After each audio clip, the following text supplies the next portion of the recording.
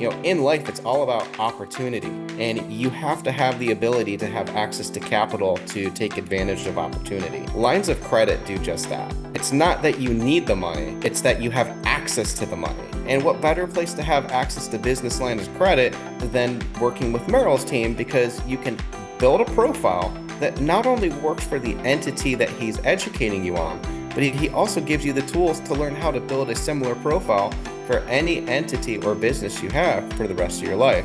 What it was like applying for the business credit was, first of all, a fun adventure. You walk into a bank and it's like you're the biggest badass. First time around, I wasn't approved for the entire $100,000 that I was hoping for, but we put together a plan to continue to build upon that to get the limit I ultimately wanted with my first bank. We used the lessons from that moment to build a track record in the process for the next bank. And just like that, I was approved for the full $100,000 on the very first time.